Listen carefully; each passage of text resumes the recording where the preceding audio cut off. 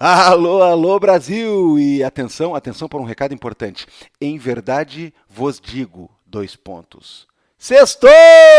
Pois é, sextou e estamos aqui de novo no feed do Vira Casacas, nas ondas do rádio, para mais um a parte no ar. E nós estamos falando justamente daquela coluna do Vira Casacas, onde eu, Gabriel Divan, chego para você discutindo questões do mundo das leis, do direito, dos tribunais, das decisões e tudo que costuma ser trabalhado de uma maneira muito difícil de entender, mas que aqui propositalmente, rebeldemente. Existe essa palavra? Não sei. Ao contrário da maré, a gente vai remando para deixar as coisas mais simples, mais fáceis de entender. Para você que não é da área, ou até mesmo para você que é da área, de alguma maneira, poder dialogar, poder conversar, poder absorver inicialmente algumas informações de uma maneira mais tranquila. Mas, claro, como professor que sou e não perde o cacuete que tal, eu sou sempre obrigado a lembrar a vocês que não utilize o à parte como se fosse um resuminho básico que contém absolutamente tudo que você precisa saber sobre tudo. Não, não, não, não, não, não. Não é assim. Ó, papai não gosta. Então, ó, vamos lá. Você vai usar o à parte para ser uma espécie de entrada no assunto para o qual você não sabe nada ou sabe pouco. Nossa, eu tô por fora total disso daqui. Deixa comigo, toca pro pai que eu resolvo a situação de botar você no prumo, no páreo. E aí você já sabe falar mais ou menos, né? Já dá para chegar para aquele amigo que não sabe é nada e dizer assim: olha só, eu andei lendo sobre o tema e a minha opinião é a seguinte. Aí você pode mandar, aí você pode desfilar ali, né? Agora, é claro, sempre é bom buscar conhecimento. O que a gente tenta fazer aqui é um resumo para ajudar a galera, porque, pelo amor de Deus, o que não falta é informação. O que não falta é notícia, o que não falta é reviravolta e o que não falta é aquele tempero jurídico que às vezes vai para um lado, às vezes vai para o outro e muitas vezes complica a compreensão sobre o que está acontecendo no mundo ou no Brasil, ou no STF, enfim, vamos colocar então as coisas assim. Eu dou aquela resumida básica para que você comece a pensar por conta própria. Aqui tá, ficou bonito, né? Ficou bonito. Temos que lembrar também que este à parte nada mais é do que mais um dos sensacionais produtos da Vira Casacas Corporation. O Vira Casacas é um dos podcasts mais queridos e mais escutados do Brasil, criado por Felipe Abal, apresentado por mim e às vezes por Carapanã também, com também uma série de convidados e convidadas que já são de casa e já são da sua casa também, e toda terça-feira religiosamente, sem parar, coloca no seu feed, nos seus agregadores, nos seus tocadores, players, onde você quiser ouvir, conteúdo da mais alta qualidade em debates que envolvem política, economia, história, cultura, joguinhos, tudo que você quiser. E é claro que também temos material para o final da semana, porque tem na terça, e aí tem no meio, porque volta e meia vai ter live, vai ter conteúdo de vídeo no nosso Instagram, no nosso YouTube, mas no final da semana a gente tem aquela surpresinha, né? A gente tem aquele agradinho para você. E eu ia dizer que a minha coluna, o à parte, alterna com a coluna do Felipe Abal, o RT comentado, sucesso de público e crítica com histórias que fazem você se sentir arrepiado.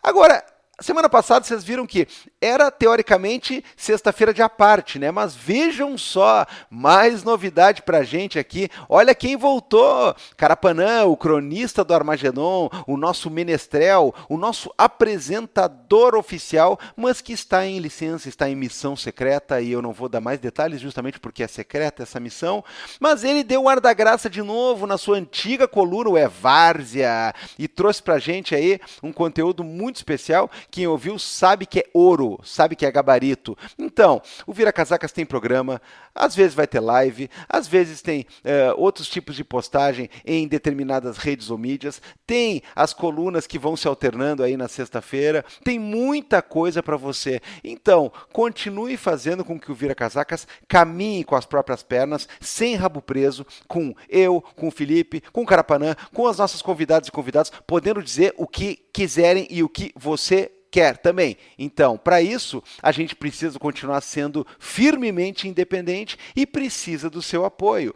Sendo assim, dá uma olhadinha lá, né? Considera de repente ir no apoia.se/viracasacas ou no orelo.cc e se cadastra lá para de repente deixar R$ 5 mensais, repetindo, R$ 5 uma vez por mês no seu cartão de crédito para nos dar uma força. O conteúdo do Vira Casacas, em tudo que ele oferece, sempre será gratuito. Então você não está pagando para acessar o Vira Casacas. Você está permitindo que ele continue assim, acessível a todo mundo. Você está dando uma forcinha, né? Eu não estou cobrando entrada, eu só estou pedindo para você trazer gelo para a festa.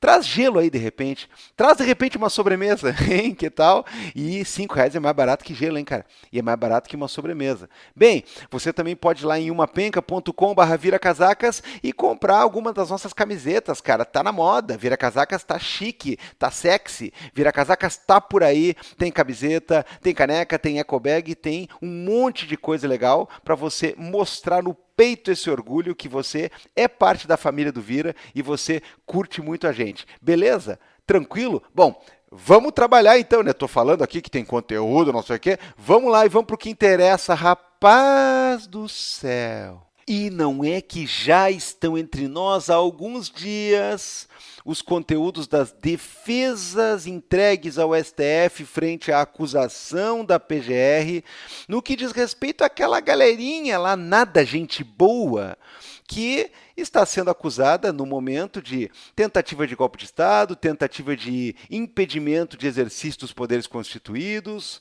formação de organização criminosa, dano ao patrimônio, vários crimes em concurso material, vários crimes acumulados e, bem, há um certo festival de horrores, ou de comédia, né? Se você, de repente, estiver olhando por um outro lado, assim, copo cheio, copo vazio, no que diz respeito ao conteúdo do que essa galera entregou. Surgiram bravatas, surgiram uma série de elucubrações, o pessoal veio dizendo que ia fazer e acontecer, na verdade não foi bem assim, tinha algumas maluquices propostas lá, mas o fato é, vamos dar uma conversadinha rápida sobre o que está acontecendo, em que pé está isso. Isso é uma das coisas que mais nos perguntam, né? Mês passado ali eu dei algumas entrevistas para veículos de comunicação e o pessoal vem aflito, assim, naquela história de tá, mas agora quando é que eles vão ser julgados? Quando é que acaba o processo? Calma. Não necessariamente tem prazo para isso. A gente tem alguns prazos marcados na lei no que diz respeito, por exemplo, às respostas, né? Aquilo foi uma coisa muito engraçada, porque os caras basicamente desconhecem, né? Ou fingem desconhecer, né? Vamos botar assim, os procedimentos mais básicos, e se bem que eu acho que alguns desconhecem mesmo, né? Porque eles vivem nesse mundo aí de faz de conta, de chan, fórum, canal, rede social complacente, o pessoal curtindo, comentários dos fãs, superchats, que os caras ficam nessa e eles acham que o mundo funciona na moda paralela como funciona a cabeça burra deles, né? Então, por exemplo, as defesas, algumas delas disseram assim, nós exigimos prazo para entrega da resposta no mesmo prazo que o MP teve ao longo das investigações, o que configuraria não sei quantos mil dias. Ah, cala a boca, meu velho. Pelo amor de Deus, cara, é óbvio que a coisa não funciona assim. Bem, vou explicar, mas então eu vou dizer que a gente está aqui num momento em que está sendo analisado o fator de resposta preliminar, de resposta à acusação dos acusados. Então, calma porque não é julgamento ainda, calma porque não tem prazo para julgamento, mas assim que isso for analisado, assim que isso andar para frente, a gente sabe muito bem que o STF, e a primeira turma no caso, tem alguma prioridade para julgar esse tipo de coisa. Eu acredito que não se arrasta muito, mas vamos lá. Em primeiríssimo lugar, como não poderia deixar de ser, vamos falar de preliminares. Calma, eu não sei o que você está pensando ao escutar isso aqui numa sexta-feira ou em qualquer outro dia, porque o conteúdo do Vira Casacas fica para sempre aí nas plataformas de seu interesse. Mas, sextou e vamos de preliminares, né? Quando a gente fala de preliminares, pessoal, no sentido jurídico da palavra, nós estamos falando do quê? Nós estamos falando de uma discussão que literalmente antecede e precisa, em alguns casos, anteceder a discussão de fundo, a discussão de mérito. Então, quando você vê o pessoal falando que uma decisão no mérito foi dada assim ou assado, nós estamos falando no que diz respeito ao pedido principal. Num processo penal, a acusação pede a condenação dos réus por eles estarem incursos em uma série ou em algum crime que está previsto em lei. Então, o mérito da causa é decidir o pedido principal. A pessoa merece ser condenada ou não? Muitas vezes isso vai simplificado naquela coisa da linguagem corriqueira, né? A pessoa é ou não é culpada, é ou não é inocente. Claro, a coisa é um pouco mais complexa do que isso, né? Até porque você tem, por exemplo, como ser absolvido não por estar categoricamente provada a sua inocência ou que o fato que está sendo levado a juízo não existiu. Você pode ser absolvido porque não foi provada a contento a sua culpa. Nós precisamos provar de uma maneira rígida, de uma maneira que ultrapasse a dúvida razoável. Agora, não é só de decisão final, não é só de decisão de absolvição ou condenação que vive um processo.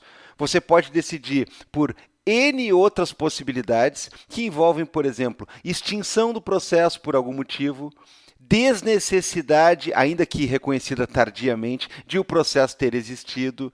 Você pode chegar à conclusão de que aquilo que se estava submetendo à acusação, na verdade, não configura crime, ou tecnicamente é uma coisa que foi mal configurada, o que dificulta a defesa e a própria imputação, ou, dependendo da circunstância, né, prescrição, por exemplo, você pode decidir que não havia mais a possibilidade daquele caso ser julgado. Então, bota na cabeça assim, ó, tem várias maneiras da gente decidir pelo fim de um processo e apenas a principal, aquela que é o objetivo da discussão de mérito, é a sobre a absolvição ou a condenação. Ou seja, em alguns casos, nem todos, a culpa ou a inocência. Agora, do que a gente está falando quando fala de preliminares, então? A gente está falando de questões que são suscitadas no início, antes da gente ter o desenvolvimento regular do processo, para talvez colocar algumas questões de uma forma mais organizada ou, às vezes, até para impedir que o próprio processo exista. Se vocês querem brincar de uma maneira mais simplificada ainda, eu diria assim, ó, a discussão das preliminares é uma discussão que visa a gente estabelecer se vai ou não vai ter processo e se a pessoa vai ou não vai estar no banco dos réus. Agora, a discussão de mérito é aquela que vai encerrar o processo para julgar para um lado ou para o outro o pedido principal. Tá, Gabriel, mas então o mérito é mais importante, né? Porque não, o mérito é a questão de base, é a questão que a gente quer levar à discussão principal. Agora, tão importante quanto é você às vezes decidir, por exemplo, que um processo não tem razão de ser, ou que algumas partes não deveriam estar lá figurando como estão, ou que alguns pedidos não têm condições de ser avaliados por um certo juiz de uma certa competência. Eu estou dando aqui alguns exemplos de coisas que são geralmente discutidas em caráter preliminar. A gente está, muitas vezes, querendo que o processo não prossiga, ou querendo excluir alguém, ou querendo excluir algum conteúdo dele, como se fosse uma discussão antecipada. Ó, primeira discussão que eu faço, o meu cliente não deveria ser réu aqui. Este processo não tem fundamento. Esta acusação diz respeito a um crime que já está prescrito. São coisas que você pode alegar justamente para não tentando resolver o mérito, mas tentando o quê? Fazer com que o processo talvez até mesmo se encerre, ainda que de outra maneira. Então, as preliminares elas podem servir para você discutir pequenos equívocos, até para você tentar matar, de certa forma, a charada, ainda que por um caminho que desvia da discussão principal. Por que eu estou falando isso? Porque nos processos de caráter penal, a gente geralmente vai ter uma fase preliminar onde vai ser possível ao acusado ou à acusada responder à acusação para poder dizer o que quiser, inclusive para poder tentar levantar essas questões preliminares que vão ser decididas e vão ser debatidas no momento anterior. Então, quando um juiz recebe uma acusação, a gente tem que ver que esse termo ele está mal colocado na própria lei, no Código de Processo Penal, por exemplo, porque o receber significaria, em tese, que você considera ela boa para o debate, você considera ela apta para ser levada a julgamento. Agora, no nosso Código de Processo Penal, e nós vamos ver que a lei que está em jogo aqui, para essa galera do golpe aí, da tentativa de golpe, é uma outra lei, mas vamos começar de leve. No Código de Processo Penal, existe uma pequena diferença em que o juiz vai receber a acusação e depois vai querer ouvir você. Depois ele vai querer que você diga alguma coisa, se quiser, sobre o teor dessa acusação. O normal seria ele escutar você antes, para daí depois decidir se recebe ou não, porque quando recebe é sinal que já está embalada para a viagem, né? A acusação vai ser levada à instrução, vai ser levada a processo, e aí vai ser a discussão também do mérito, como a gente conhece. Mas, no Código de Processo Penal, a gente tem essa peculiaridade. Diferentemente da lei do juizado especial, né, da lei dos GCRIMs, diferentemente da lei de drogas, por exemplo, da lei que nós vamos conversar um pouquinho sobre ela aqui hoje, o Código de Processo Penal ele optou por uma saída, um mecanismo meio diferente, né?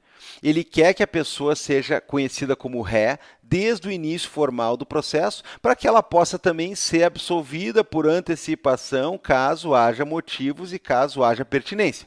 Então, você é réis mortal, assim como eu, que se um dia tiver o azar de ser processado criminalmente pelo procedimento, por exemplo, comum ordinário que está no código, ordinário, né?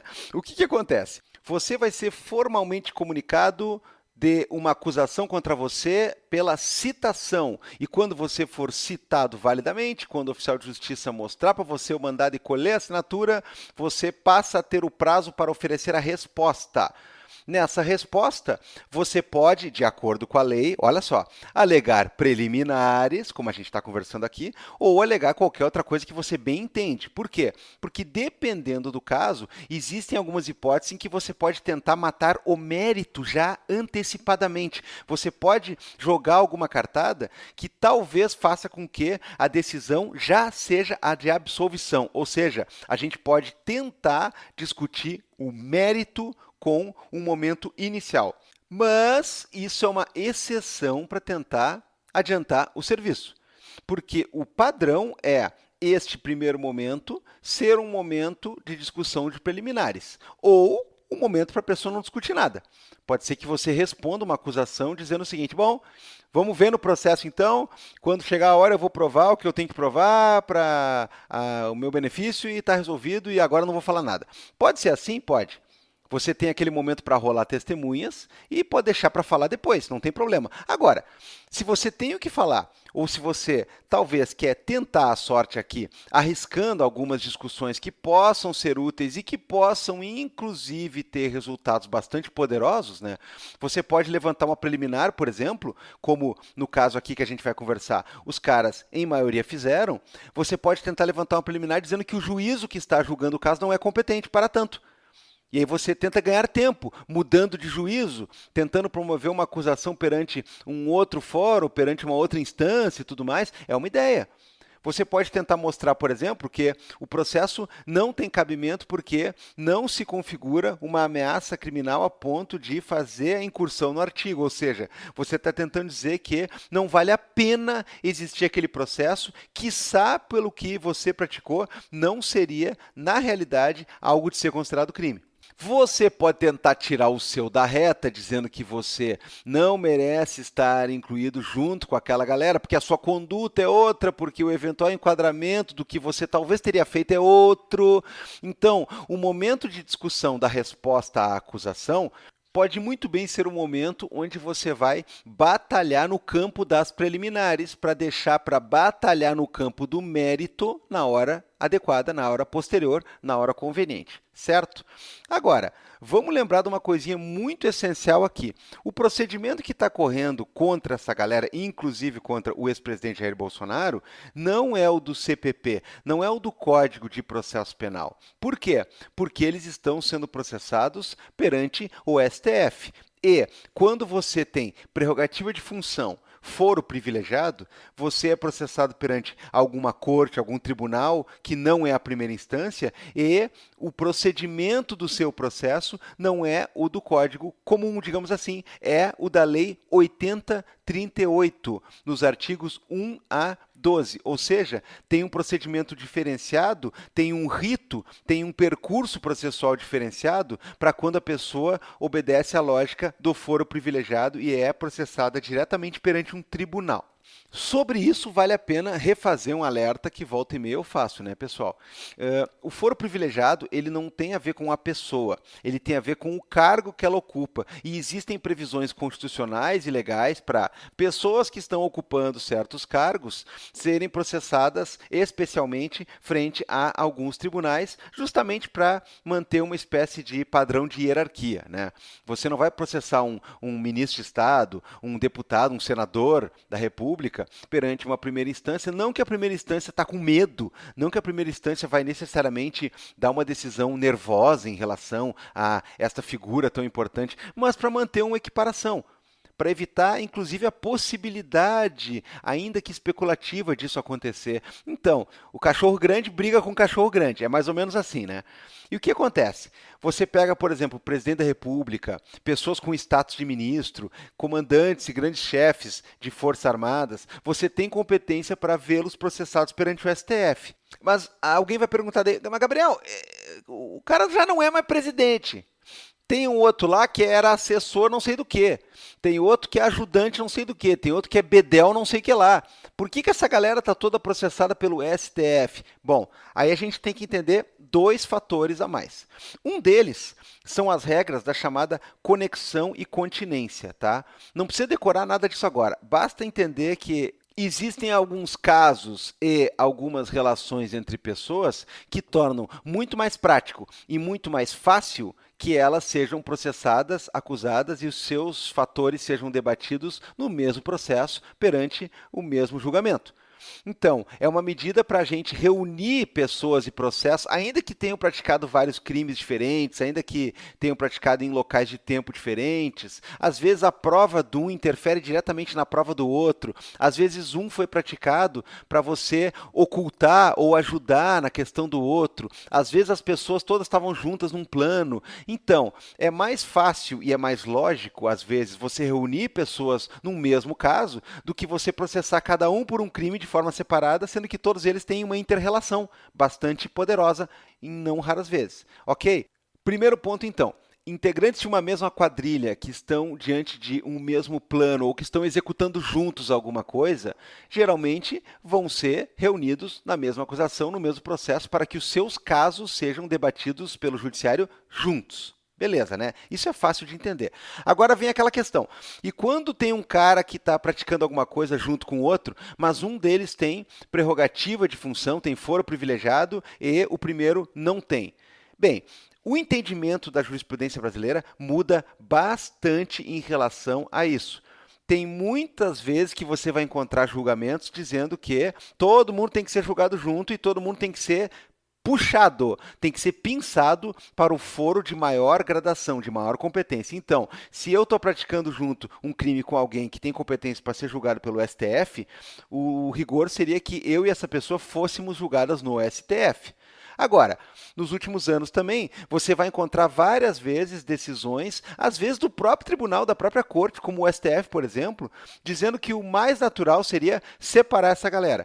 Tem que ir no STF só quem tem prerrogativa para o STF. E se for o caso, separa o processo, porque o Gabriel, que seria da primeira instância, não tem nada que ter um processo extraordinário no STF, quando para ele existe um juiz natural, existe um caminho natural, que é o da primeira instância. Então, vai para um lado quem tem prerrogativa e para outro, o caminho normal, comum, ordinário, quem não tem.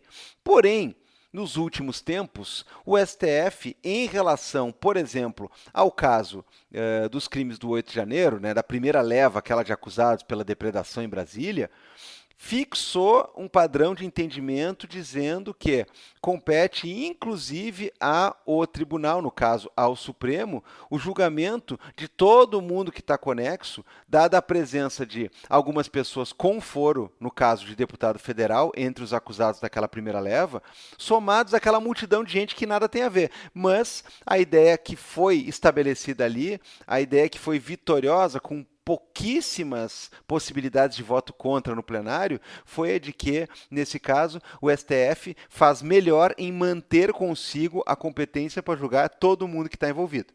Mas, Gabriel, a decisão sobre se todo mundo tem que ser reunido na corte da prerrogativa ou se todo mundo tem que ser separado, ela vai mudando e isso muda toda a lógica dos processos, dependendo. Exatamente. Agora você está entendendo o drama de quem trabalha e pesquisa e leciona nessa área como eu, né? Enfim, sim, existe disparidade, portanto, ao longo dos anos sobre, né, e isso vai mudar com a composição da corte, né, mas não só, vai mudar também com a questão do caso em si. Né? Nessa questão do 8 de janeiro e também no que diz respeito agora para com o pessoal que é acusado de encabeçar o golpe, é óbvio que o ataque frontal à própria corte e a reunião da discussão para não pulverizá-la para 50 lugares diferentes no Brasil e para concentrá-la na corte, é óbvio que isso pesa também.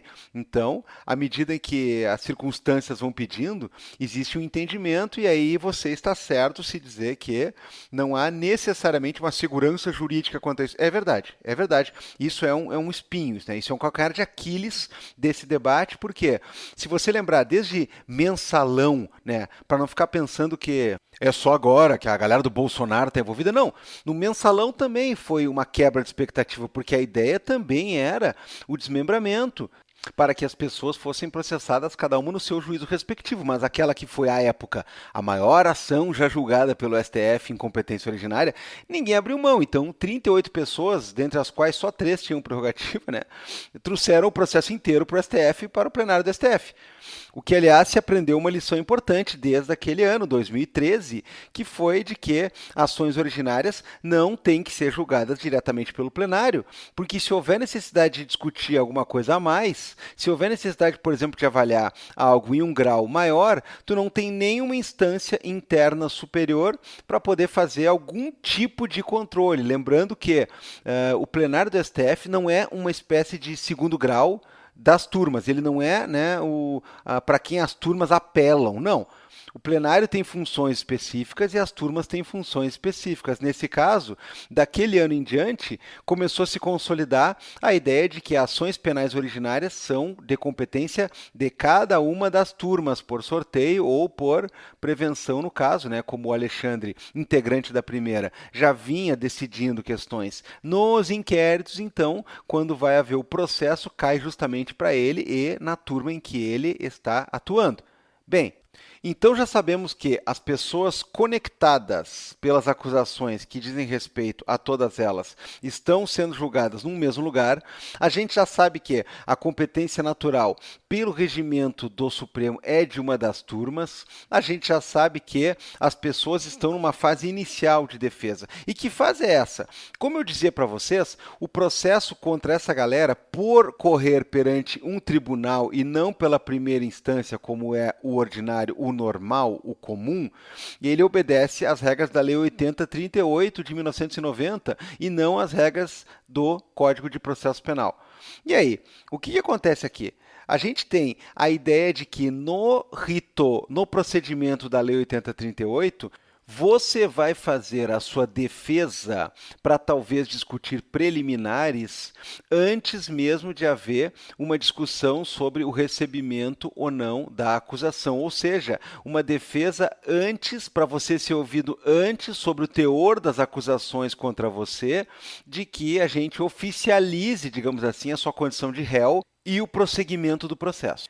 Tanto é que está lá na lei, ó, se vocês forem para a lei, no artigo 4º, está dizendo assim, apresentada a denúncia ou queixa ao tribunal, far-se-á notificação do acusado para oferecer resposta no prazo de 15 dias. Então, veja, ele não está usando o termo aqui citação, porque o termo citação, ele inaugura a existência do processo. Então, quando você é citado num procedimento, repito, comum do Código de Processo Penal, se você não tiver prerrogativa de função, for privilegiado, você já tem ali a oficialização da sua condição de réu.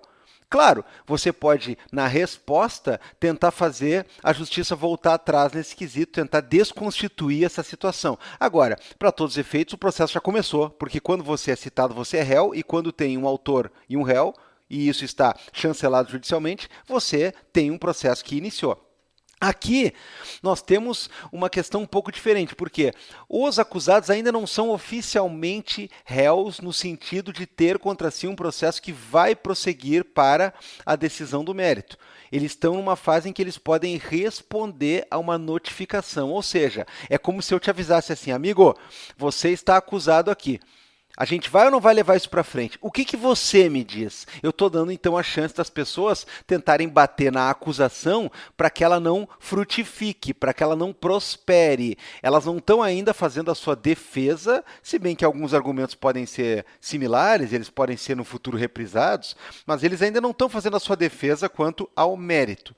E aí você vai continuar lendo a lei e vai dizer um pouco abaixo ali, no artigo 6º, vai dizer que, a seguir, o relator pedirá um dia para que o tribunal delibere sobre o recebimento ou a rejeição da denúncia ou a improcedência da acusação, se a decisão não depender de outras provas. Ou seja, aqui nós temos uma coisa bem diferenciada, que é o tribunal poder dizer que a ação é improcedente antes mesmo de começar um processo.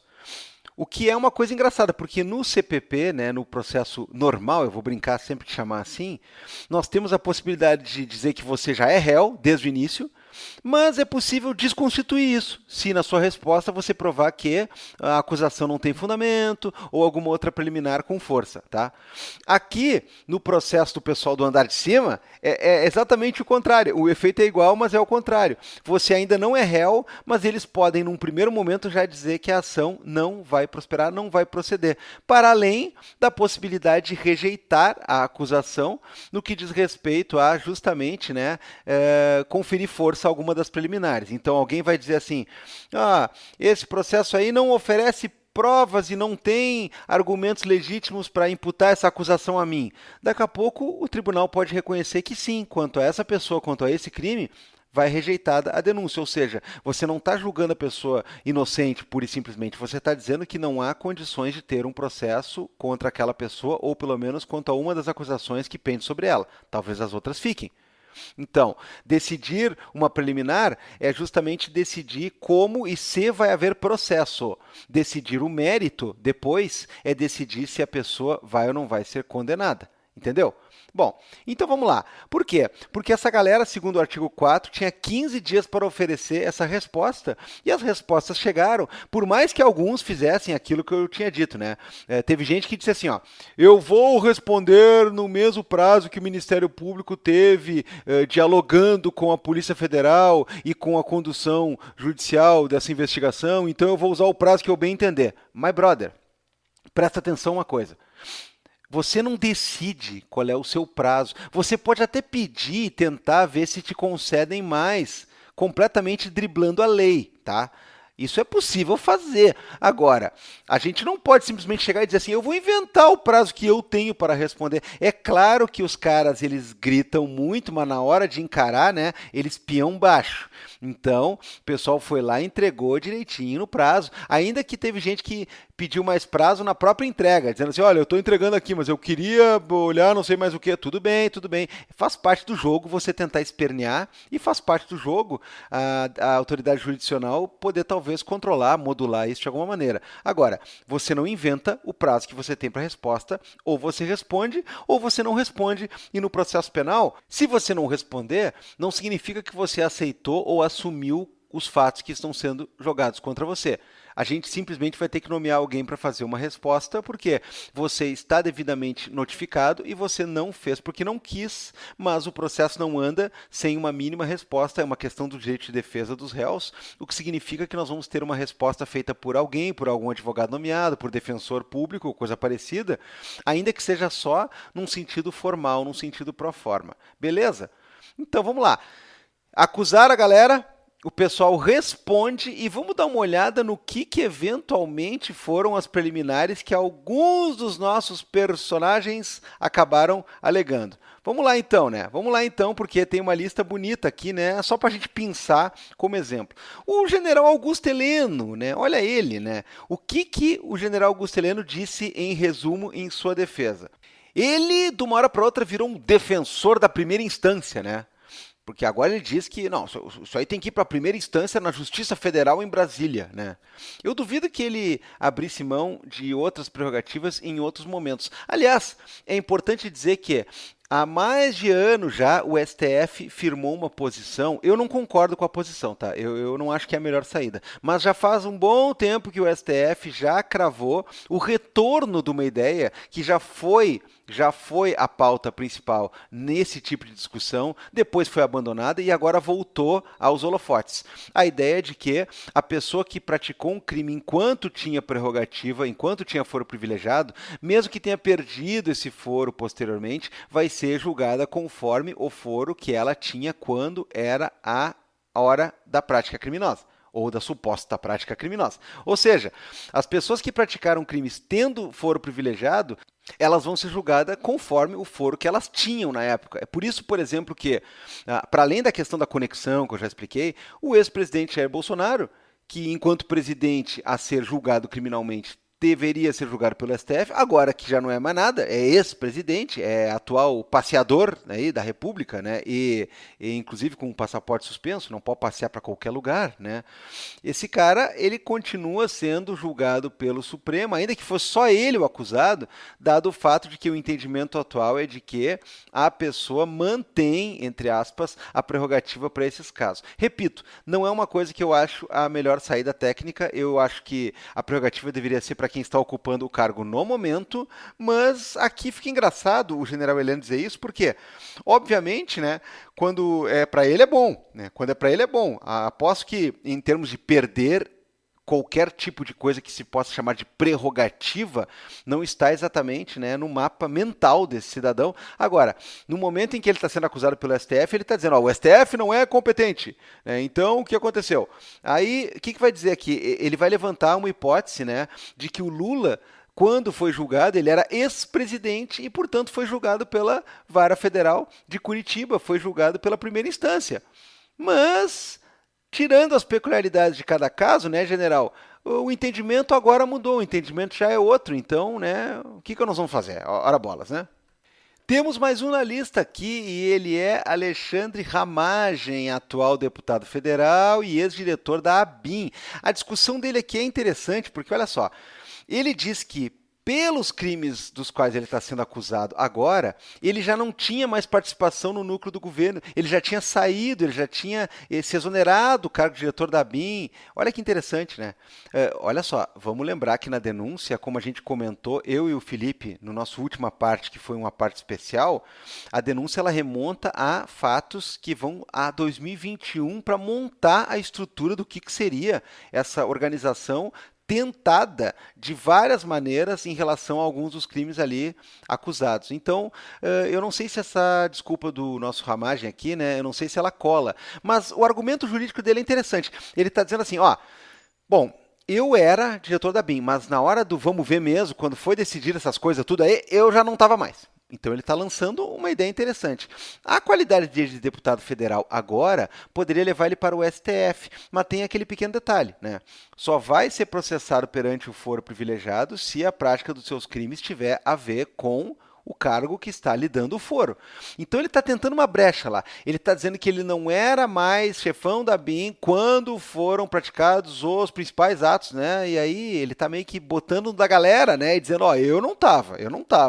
E ele está, de certa maneira, dizendo também que o cargo dele de deputado agora não tem a ver com o eventual crime praticado em relação a outra função.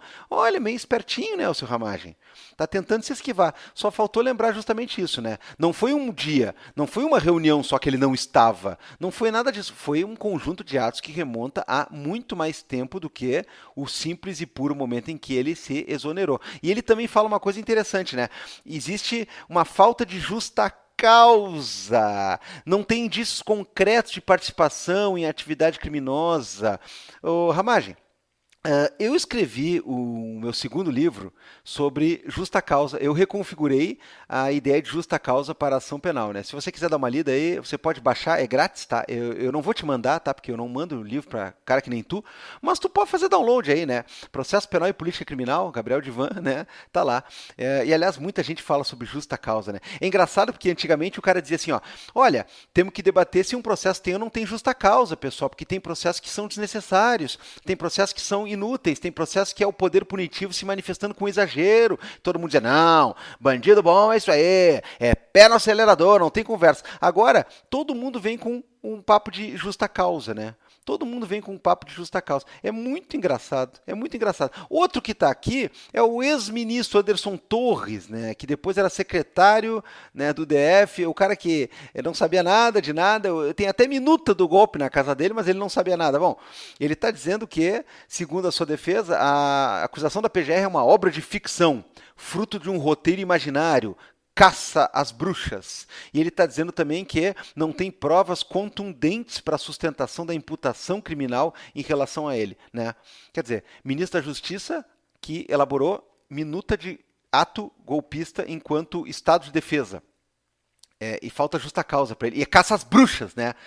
Quer dizer, as bruxas sendo caçadas a troco de nada, né? E sendo enforcadas, sendo botadas na fogueira, e o Anderson Torres está se comparando a. Tá bom, tá bom. Tá bom, então. Vamos ver quem fala aqui mais. Mário Fernandes, olha só, general da reserva. Ele pediu que o caso seja analisado na primeira instância, né? Porque agora todo mundo quer ir para a primeira instância, de uma hora para outra, né? Ele diz que o STF não tem competência legal, né? Porque ele não tem foro privilegiado. Olha, de acordo com os entendimentos que já estão fixados, como eu já falei, né? Ele tem sim o foro para ser julgado pelo STF. Esse cara está participando daquela organização central da parte da operação que queria matar, né? O Lula, o Alexandre e o Geraldo. Pelo amor de Deus, né? Pelo amor de Deus, né? Enfim, enfim. Vamos lá. Tem o Paulo Sérgio Nogueira também, e ele faz uma confusãozinha aqui entre mérito e preliminar, porque a defesa dele basicamente nega a participação, né? Então ele tá com um argumento que ele vai tentar bater nessa marreta até o fim, né? Sustentando a sua inocência, porque a questão é que ele não participou disso aí, não tem absolutamente nada de prova disso e tudo mais, né? Enfim, ó, o Rodrigo Bezerra de Azevedo, né? Tenente-coronel da galera dos Kids Pretos, que tal, hein? A informação que a gente tem aqui é muito sucinta, né? Os advogados, na sua defesa, negaram que ele participou dos encontros para combinar as coisas que ele participou dos encontros combinando. Tá bom, tá? Deixa assim, deixa assim. Vamos lá, porque tem um cara que a gente está acostumado a ver ele de outro jeito, mas ele se defende sim também, porque ele é réu também, embora ele possa ter alguma questão de atenuação ou modificação de uma condenação futura, porque ele é colaborador, ele é delator. Mauro Cid na área. Pois é. É engraçado aqui porque na informação que a gente tem disponível, a defesa do Mauro Cid está dizendo que não há justa causa para o exercício da ação penal. Agora, a questão é, quando tu fala que não tem justa causa, tu está tentando, evidentemente, livrar a barra do teu cliente, mas não pode esquecer que o teu cliente é colaborador, então tu tem que fazer um pedido meio alternativo que reconheça, inclusive, os termos da colaboração, no sentido de ele vai ter que vir depor, ele vai ter que seguir oferecendo provas e com veracidade suficiente para que essas provas possam ser úteis para levar a informações ou a comprovações que gerem algum resultado. Que não basta tu só querer colaborar, tu tem que colaborar e a colaboração tem que dar certo. Então a defesa do Mauro Cid, ela é uma defesa um pouco mais formal, dado o fato de que é óbvio que ele vai chegar e vai dizer alguma coisa que outra, né? A falta de justa causa essa virou mato, né? Qualquer um está alegando de qualquer maneira, né? Repito, né? Repito, dê uma olhada lá no meu livro lá para aprender um pouquinho sobre isso, galera, né? Não custa nada, literalmente. Agora, vamos lá que o cara sendo colaborador, ele já parte do princípio de que ele entra com uma condenação, na maioria dos casos, já pré-ordenada, mas que, a depender do que acontecer no processo, vai ter benesses, vai ter descontos, sem dúvida nenhuma.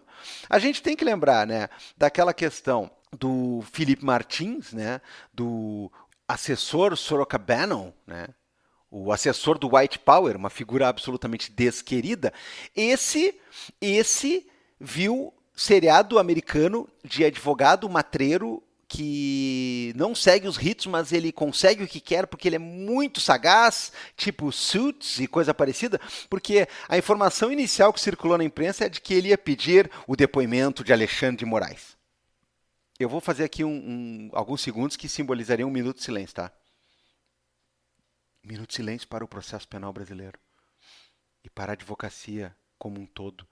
Porque, pelo amor de Deus, pelo amor de Deus, assim, ó, nem no seriado e no livro mais cachorro, né, de tribunal e de caso policial, alguém vem com esse papo. Eu vou chamar para depor o juiz. E aí o juiz, que no caso é um ministro que compõe um colegiado que está julgando o caso, ele vai sentar ali na testemunha e vai ser inquirido também, e depois ele julga. Cara, pelo amor de Deus, ou tu tenta, como muitos aqui tentaram, causar uma suspeição do ministro Alexandre enquanto relator, né? E é possível discutir isso? Claro que é. Agora, eu já falei, assim como tem um argumento interessante para debater a suspeição do ministro Alexandre enquanto relator, tem também aquela coisa de que você não pode simplesmente nomear ele como inimigo e achar que por isso ele tem que se retirar, senão você mela qualquer processo que você quiser, causando um forrobodó com o juiz ou com a juíza, assim que vai ser julgado o caso, e diz depois que a pessoa está indisposta com você. Cara, é uma questão assim que, repito, é passível de ter várias arestas para debate. Agora, você não pode sair dizendo assim, ó, não, esse cara não gosta de mim, então pronto, né? E tem outra, né? Tem aquele outro argumento que a gente já esmiuçou também. Olha, ele é vítima de uma tentativa de atentado, então ele não pode ser o julgador do processo. Sim, cara. Sim, porque o crime não é tentativa de homicídio contra Alexandre. Não é Alexandre enquanto vítima num caso, um júri. Não. O crime é você tentar abolir o Estado Democrático de Direito. Então, uma das ações que você queria fazer para isso era um plano para tentar matar pessoas. O que não faz com que esse cara seja colocado diretamente na posição jurídico-processual de vítima, ainda que ele pudesse ser vítima no sentido literal, né, de uma granada ou qualquer coisa que esses loucos aí estavam tentando meter, né? Então, a discussão sobre se Alexandre poderia ser tido por suspeito ou não é uma discussão válida, é uma discussão que pode ser feita. Eu acho que dá com os burros na água total, até porque não merece grande crédito nesse contexto. Agora, pode ser feita. Assim como os caras, em maioria, estão querendo dizer que o processo tem que ser julgado pelo plenário e não pela turma. Claro, isso aí, pessoal, é só um paliativo. No plenário, eles teriam uma derrota por maioria, com certeza. Aqui na turma, periga ter uma derrota por unanimidade, né? Porque o plenário é todo mundo, é o presidente, Barroso e mais os outros 10 ministros. Na turma são só 5, porque o presidente ele é alheio, ele não compõe nenhuma das turmas. Então é o presidente, 5 de um lado, 5 do outro. Só que dizer que o plenário é que tem que julgar é subverter a própria orientação do STF, que justamente impõe que julgamentos assim são pelas turmas, mas com algumas questões, ou até mesmo o seu teor inteiro, excepcionalmente levado para o plenário pelo interesse e pela votação do próprio presidente da turma e do próprio plenário. Então não existe nenhum direito dos caras de serem julgados diretamente pelo plenário. Esse é um argumento que apareceu bastante, né? Vocês devem estar sentindo falta de uma pessoa, né? Pois é. Vamos dar uma olhada então, né, uns principais argumentos aqui que foram trazidos pela defesa de Jair Bolsonaro, para encerrar aqui com chave de latão, né?